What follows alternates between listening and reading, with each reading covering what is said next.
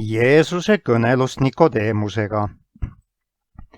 Variseride hulgas oli mees nimega Nikodeemus, juutide ülem. Jeesuse sõnad ja käitumine olid andnud talle uusi mõtteid.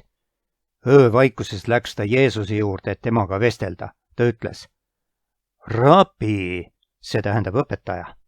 Me teame, et sa oled Jumala poolt saadetud meid õpetama, sest keegi ei või teha neid tegusid, mida sina teed, kui Jumal ei ole temaga. Jeesus vastas talle: Tõesti, tõesti, ma ütlen sulle, kui keegi ei sünni ülalt, ei või ta Jumala riiki näha.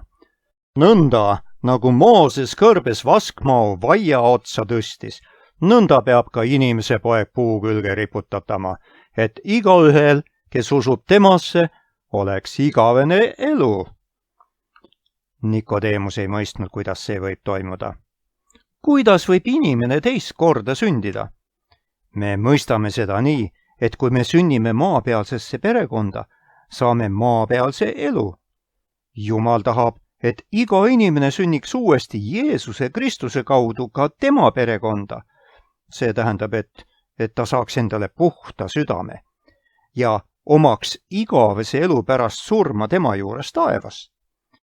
Jeesus selgitas Nikodeemusele Jumala plaani inimese patust päästmiseks.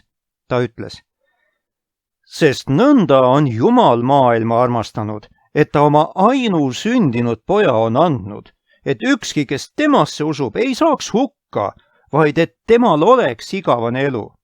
Sest Jumal ei ole oma poega läkitanud maailma, et ta maailma üle kohut mõistaks, vaid et maailm tema läbi päästetaks.